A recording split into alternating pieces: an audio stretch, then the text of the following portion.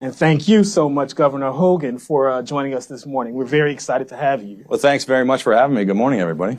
Let's get to it. This takes place at a very somber time, right? We've been following very closely the developments in Israel over the last few days. We know that you have had a warm relationship with the country. You led a trade delegation there. It's been one of Maryland's top trade partners as well. You signed the executive order prohibiting companies who have boycotted the country from doing business with the state. You've also spoken at the Republican-Jewish coalition. I want to start and give you an opportunity to kind of chime in on your thoughts on how you see everything unfolding over the last few days. Well, I think we've all been glued to the news and trying to get as much information as we can. It's just a horrific situation, the brutality of some of these terrorist acts with innocent women and children and elderly people being dragged off or being killed is just, it's hard to fathom. I think this is a very dangerous time in the Middle East and a very volatile situation, but I think we've got to be unequivocal. I think the U.S. Has to stand with Israel against these terrorist acts. They are our greatest ally, and I think it's very important for America not to show weakness, for us to make sure that our allies know that we're going to stand with them and that our enemies know that we're going to stand up to them. And so we're watching it very, very closely. Our prayers are with the people there in Israel, and I don't think this is a time for politics. I think this is a time for us to come together the way they are in Israel and fight a common enemy. Yeah, absolutely. Now, this also takes place as our Republican-led House is in disarray. We have no leader right now. This is, again, a very serious moment where we need a leader in the House at this point. What do you make of everything that's happened in the House over the last few days as well? It's a train wreck. It's embarrassing. And I think it's terrible for the Republican Party. I think it's terrible for the Congress and for the country. The fact that you can have a handful of extremist kind of quacks off the rails that can put us in this kind of jeopardy. 94% of the Republican caucus supported Kevin McCarthy. You have one guy that's not really a Republican or a conservative that is more interested in, social media and more interested in performative politics than he is in solving any problems, drives us into a ditch. And it's outrageous, and it was a terrible mistake. It would have been a mistake anyway, and then it's in the middle of an election year where we're trying to show that we can govern, and we're showing that we can't. We're proving what everybody hates about Washington. It's nothing but divisiveness and dysfunction, that they can't get out of their own way. And to make matters worse, we're now in multiple crises around the world with the war in Ukraine and this war in the Middle East, and we're rudderless. So it's very important that we get this resolved. And I don't have a lot of inside scoop on what's happening. I do talk to some members of Congress, and it's still very fluid. I think they're having discussions now. We're going to hopefully get to some type of a vote tomorrow, but I don't think there's any guarantee that it's going to get resolved quickly. Yeah, and you're obviously a big fan of Ronald Reagan. Ronald Reagan had this great relationship with Tip O'Neill. Is that even possible again in Washington? Well, some people, I'm an old guy, so I look back to the past. But I was a chairman of Youth for Reagan. I was a Reagan delegate, and I think Reagan's not only his doctrine of peace through strength. Reagan did stand up for our allies and stand up to our enemies. So I think the Reagan doctrine, Reagan policy, is really pertinent right now with the issues we're having around the world. But also his leadership on kind of uniting people and being willing to work across the aisle to find common ground and to compromise. He's a perfect example of, he and Tip O'Neill had passionate disagreements. Republicans and Democrats had issues that they really disagreed on, but they never were disagreeable. And they sat down together and they tried to hammer out compromise, which I think is what's really missing and lacking in today's environment. It's something I believe very passionately in. I was a Republican governor in the bluest state in America. I worked for 8 years getting things done with a legislative body that was, 75% progressive Democrats in both houses, and yet we came together with a whole host of common sense bipartisan solutions. It's exactly what should be happening in Washington. We're just 30 miles down the road as our state capital of Annapolis, and we sort of showed that it was possible. But this Congress continues to show that they can't work together and can't get things done. And frankly, I started out saying my party's in disarray in Congress, but it's really, both parties. That's why 70% of the people in America are just completely frustrated with Democrats and Republicans. They believe that Washington is broken, that our entire political system is dysfunctional, and what they really want is what we were able to deliver next door in Maryland. They want their elected leaders, regardless of their party affiliation, to sit down and work together on solving the real problems that people are concerned about, that are facing the nation and facing all of us. What type of leader do you think the House needs right now from the Republican side?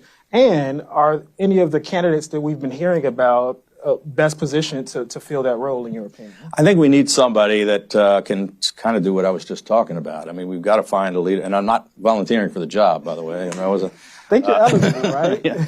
No, that sounds like the worst job ever. But I think we need somebody that is strong, that can, bring people together, but that's conciliatory, that's willing to work across the aisle.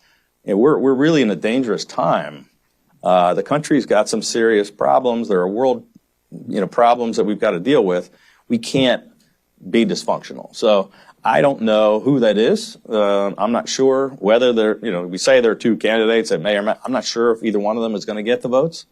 I think it's certainly possible that there could be another dark horse compromise candidate. I don't know what's going to come down, but I think whoever they pick has got to really try to put aside some of the politics and focus on the issues, particularly with the dangers that we have around the world. We can't just be taking shots at the other side. It's like Democrats and Republicans pointing fingers, trying to score points.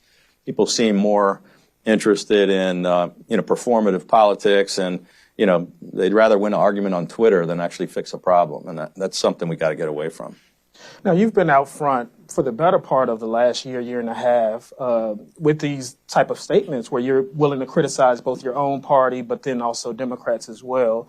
I think I've been doing that since I first got involved in politics and ran for governor in 2014, not just a year and a half. I mean, I've been pretty outspoken, and I usually call them like I see them. I mean, sometimes I'll take on when I think Democrat policy, the Democratic leaders are in the wrong, I say so. When I think the Republican leaders are in the wrong, I say so. And I think that's probably why people appreciate me, whether they agree with me or not. They know where I'm coming from, and they know that I'm going to say exactly what I think.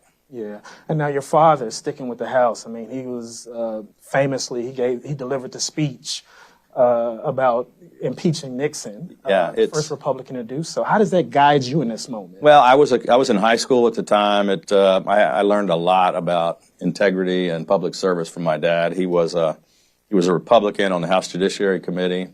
We're coming up this spring. It'll be 50 years. It's hard to believe. That's how long ago it is. But it's very relevant today, given some of the concerns that we have. We don't have a lot of leaders like that anymore. We need some. But my dad was a Nixon supporter, campaigned with him, thought he was doing a good job as president, fought back when he thought the Democrats were being partisan, or he fought to make sure that they could provide for the defense, that they could cross-examine witnesses. But after seeing the evidence, he made the decision and came out with a speech that said the president was guilty of impeachable offenses and should be removed from office. And shortly after that, the president resigned. He famously said, in a very passionate speech, no man is above the law, not even the president of the United States. And we just stand for the rule of law and not the common frailties of men. How often are you thinking about him these days and at that moment? I mean, it's the times have changed so dramatically since then, both in the Congress and what is acceptable and what's not. I mean, if you look was a terrible moment in time for our country and for the Republican Party. But if you look at some of the things happening today, it pales by comparison. It was like some of the things we're seeing now are far worse than the stuff we saw in Watergate. Not to condone that, but my dad stood up and he was ostracized by the party, by the Nixon administration, by his colleagues in Congress, friends, and supporters. But all these years later, it's what he's most fondly remembered for. So definitely had an impact on me, saying exactly what I think and not caring about the political consequences. Yeah. Now, you also chaired the Republican Governors Association. Are you still in touch with a lot of those folks that you served with? And what are some of the pressing issues for voters right now? And can Republicans even coalesce around a simple message to message to voters with 13 months to go? Yeah, well, actually, I was chairman of the National Governors Association, which was all the governors. So I led all the Republican and Democratic governors through COVID. I had a chair's initiative. When you become chairman of the National Governors Association, I had the support of all 50 governors. I really tried to bring people together in that role, and my initiative was rebuilding America's infrastructure. I got all 50 governors to agree on a set of principles, which every bit of it got included in the bipartisan infrastructure bill. I brought people together to try to help bring about compromise there and get that done. And then COVID broke out. So I led, 50-some Zooms with all of America's governors, and many of them with the president, vice president, whole coronavirus task force, all the cabinet members. We went from normally governors maybe see each other 4 times a year at various conferences. We may talk about a regional issue or, touch base with another. This was multiple times a week, all the governors talking together. So I think the National Governors Association is a great example also of there is a lot of bipartisanship. You don't see red and blue jerseys. We don't suit up and try to attack each other every day. Where governors are, CEOs who have to govern. And there was a lot of sharing of best practices, like, hey, Gov, how are you dealing with this problem in your state? Or are you experiencing this? Or how did this work? Or, here's something that's worked for us that you might want to try. There wasn't really typically, much fighting going on between the governors. It was very refreshing. That's why I think governors are a great training ground for the presidency, because they actually run a government and they're in executive capacity in a smaller, capacity, but in doing the same type of job. I also think they're an example for Congress about, hey, why don't we put down all the rhetoric and just govern? I am still in touch with many of my former colleagues, and 6 of them are running for president on the Republican side. I talk to a lot of people and give them all the advice I can, but current and former governors, I still keep a pretty good relationship with on both sides of the aisle, and I continue to talk with them, and I'm willing to give anybody my input and advice whenever they ask for it. We'll stick a pin in that 2024 question and come back to it. You mentioned infrastructure. President Biden was able to deliver a bipartisan infrastructure bill, but he's not getting credit at all from American voters on it. As someone who manages a state, why do you think that is? Well, I was very involved in that. So, number one, the Biden administration, they were trying to add in the Build Back Better, which was $4 trillion of social spending. That didn't happen. The Republicans only wanted to spend $400 or $500 million on just roads and bridges, $500 billion. We came up with a compromise about $1.2 trillion, where we include all infrastructure but not the social spending. And I held a summit at the governor's mansion in Annapolis, kind of unprecedented. I got Republican and Democratic governors who had worked with me on the governor's initiative and all agreed to.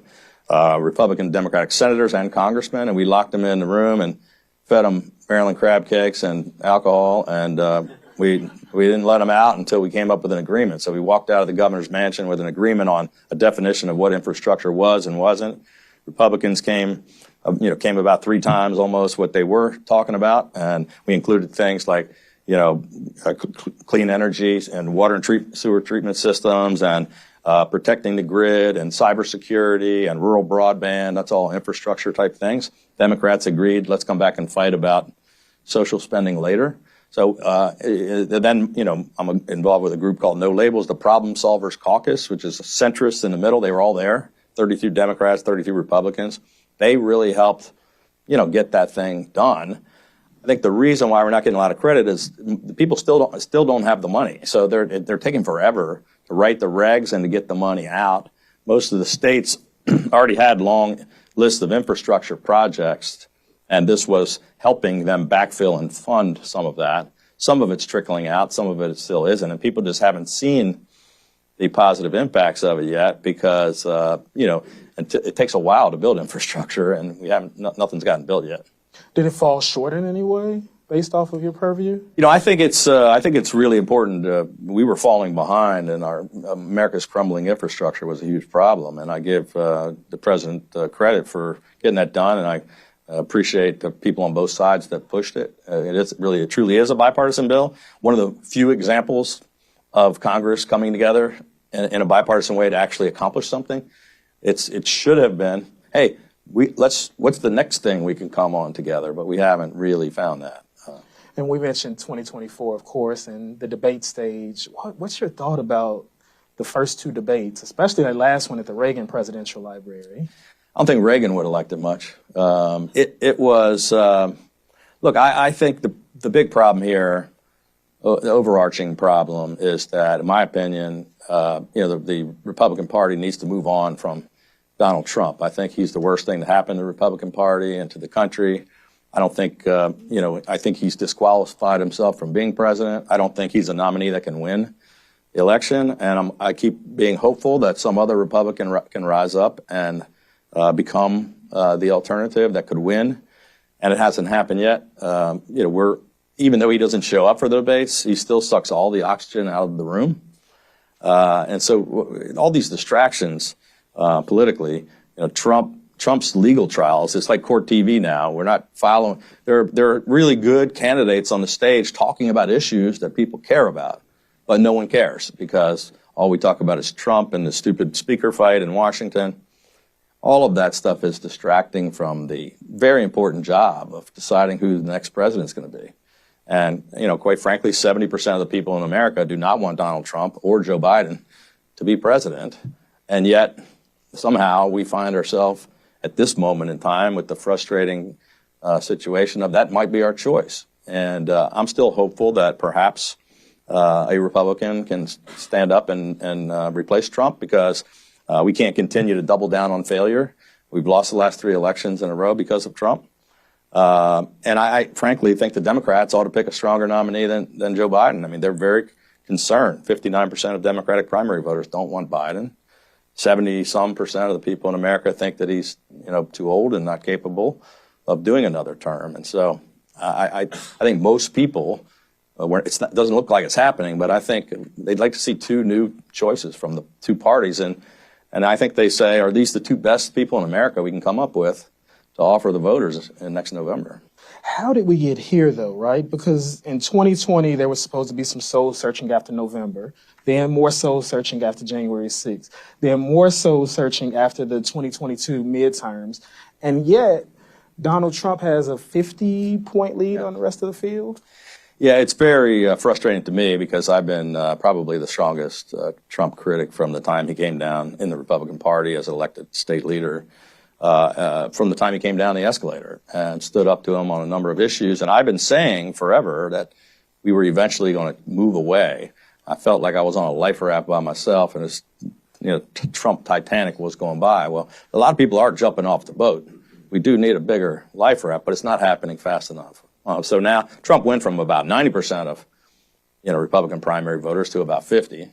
That's positive. But the fact that there are still that many people after everything that's happened that are behind him, it's frustrating. But I'm a hopeful person, and we do have some great alternatives. And I'm just hopeful that, between now and the first, when you get to Iowa, New Hampshire, we're about 6 months away from the real action, and that's an eternity in politics in any political year. And I think, this year, 2024, I can't tell you what's going to happen. I can tell you it's going to be the most interesting and wild ride we've ever seen. And what we think is going to happen today may not be what we're thinking in the spring or by next fall. Do you think a dark horse could emerge, someone who isn't on the debate stage or on the stage right now? I think it's hard. If the primary, I think we just passed the first deadline. October 9th was the Nevada filing deadline. A number of others are coming up pretty quickly. So there was all this talk about, would a couple of my gubernatorial friends, would Glenn Youngkin or Brian Kemp get in the race? That's not going to happen. I mean, they've missed the deadlines already. And I think, one more, having 7 governors or 12 candidates running isn't going to make a difference. But I'm hopeful in I think we need to shrink the field. We need to arrive at a couple of strong candidates so we're not splitting that 50% among 10 or 11 people. And I can't tell you who that's going to be, but I think that we need to get some people out of the race. Will Hurd, who I really respect, but what his campaign wasn't getting a lot of attention and he wasn't getting traction. I think he made the right decision in getting out, and he got behind Nikki Haley, who I think has been of late really catching a little fire and getting some traction. So I think we'll probably see more of that in the coming weeks and months. Has she been the strongest contender to Trump in your opinion so far? I think there's no real standout. So DeSantis is, I think, challenging in Iowa. Chris Christie is making a difference and challenging, the only one taking Trump head on. He's doing great in New Hampshire. And Nikki Haley's, moving up and doing very well in still not winning her home state of South Carolina. I thought Nikki had a great first debate, not so great on the second debate. She got a little bit of a bump, but then didn't really keep moving up. And unfortunately, we still have Trump just wiping everybody out. And now you mentioned no labels. Obviously, it's been generating a lot of buzz as well. I mean, no labels seems to be a reaction to, as you mentioned, the fact that Americans are showing in surveys that they have no appetite for a rematch. But what does no labels stand for? What would a no labels candidate put forth as a platform? Well, first of all, No Labels is an organization that's focused on bipartisanship, on everything that I believe in and stand for, everything we've been talking about here this morning. They've been around for 13 years.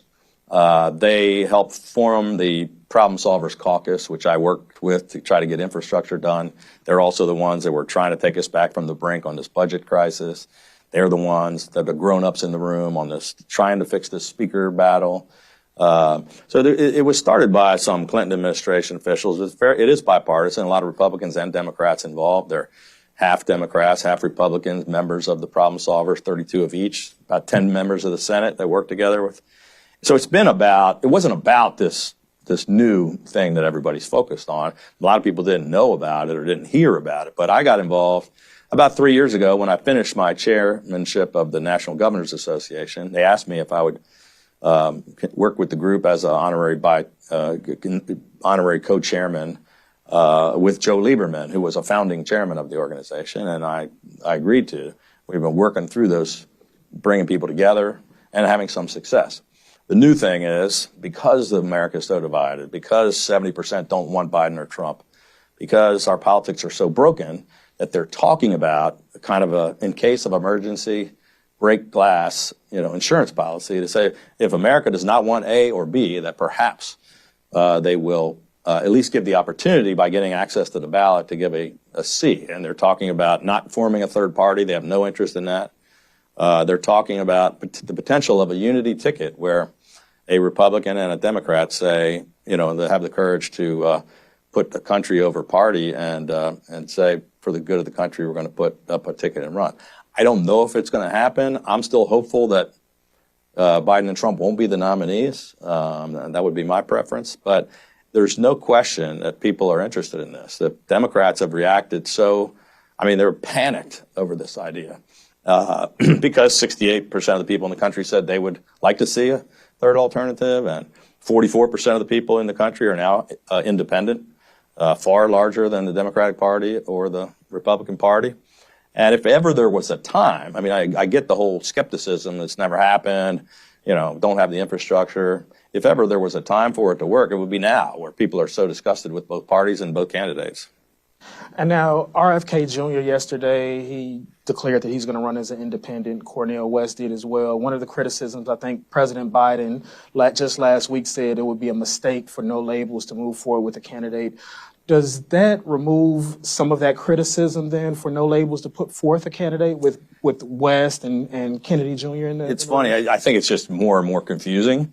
I don't know how it's going to shake out, but it was funny that Cornel West, who obviously was drawing 100% of his votes from Biden, and he was at 4 or 5%, they didn't really go after him. And Kennedy, who's a lifelong Democrat with a his name is like royalty in the Democratic Party, they didn't really go after him. No Labels was the one they were trying to blow up, and they're spending millions of dollars of dark money to try to undermine this citizen group from trying to give people potentially more choices. You got to wonder why. And I would say, obviously they're taking it much more seriously than the other two. But even though Kennedy's a Democrat, and so is Cornel West, that they're more concerned about No Labels. They thought it was going to be a Democrat at the top of the ticket. I think they were concerned about Joe Manchin. If you have all these Democrats running against the president, but not, I think Kennedy decided the Democratic Party was not going to have a competitive primary, so he went outside to try to do that. But, he's also got he's not the third party candidate America's looking for, in my opinion, and he's got some kind of crazy ideas. And but to refute the Democrats' claim, the polls have already shown that he's taken more from Trump than from Biden. And the last time we had a successful candidate was Ross Perot, who was a Republican who took away from Bush, not Clinton. So I think there's a lot of hype, a lot of charges out there, and a lot of kind of attacks that nobody knows if any of it's true. No one has any idea what's going to happen next year. Gotcha. 2 more questions. You mentioned dark money. No Labels is pretty opaque too. Can you tell us a little bit about how it gets its donors, why it doesn't release the donor lists? Well, it's a tax-exempt organization just like all the others. There are thousands of C4s and 527s in Washington, including all the ones that are attacking them. They're not a party, and it's not a candidate, so they don't file the same disclosures that if in fact they did have a candidate, they don't want to form a party, but if they're backing a candidate, obviously they have to set up new committees and follow all the same rules. But it's really hypocritical that the people who keep talking about defending democracy are attacking democracy, and the people who are attacking No Labels as dark money are spending dark money to do so because they're all the same kind of organizations. The Third Way is one that comes to mind. And in March, when you penned your op-ed saying that you weren't going to run, right, the dynamics were much different. At the time, Trump had a narrower lead over the field. DeSantis had yet to declare, and even some hypothetical polls had him leading. Are you changing your mind at all? Will you run for president? Back in March, I made the tough decision because, I left as, I think the top governor in America in a very hostile environment where it was difficult to get things done, but we did. I think I had had proven the best ability to win swing voters, independents and Democrats and soft Republicans. I thought it was a very difficult path through the Republican primary, and I didn't want to have a repeat of 2016 where we had a multi-car pileup, and that's exactly what is happening, 11 candidates. If there were one strong candidate, they might be at 50% right now, but they're not. There's 10 or 11 or 12. So it's exactly what I was afraid was going to happen is happening. I'm very glad I made that decision, even though it was a hard one to make. I think it was the right one for the right reason. My goal is to get someone other than Donald Trump, and I didn't think I was going to be able to contribute to that by just being in there with all these other guys. I think I'd be in the same spot, all the rest of them in the single digits somewhere struggling for attention.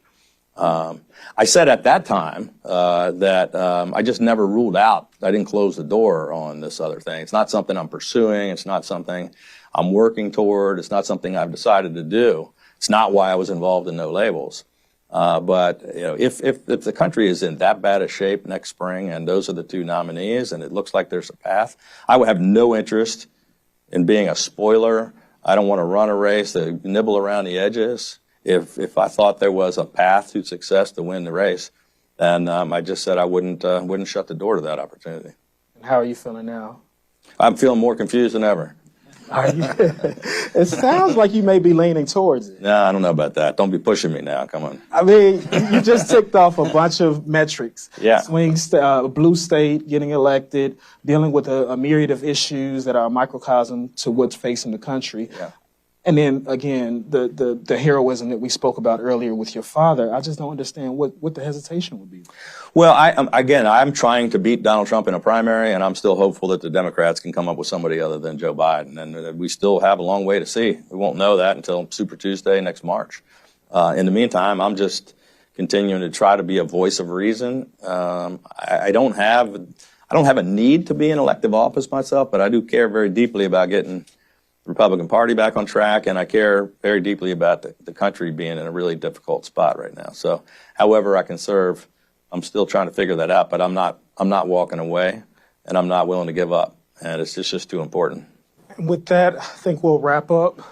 Thank you so much. Thank you Governor very much. Hogan. Next time we will debate about all-time defenses, Chicago Bears versus 2000 Baltimore Ravens. Oh, yeah, to end with the Ravens and the. I'm sorry. Thank you. Nice.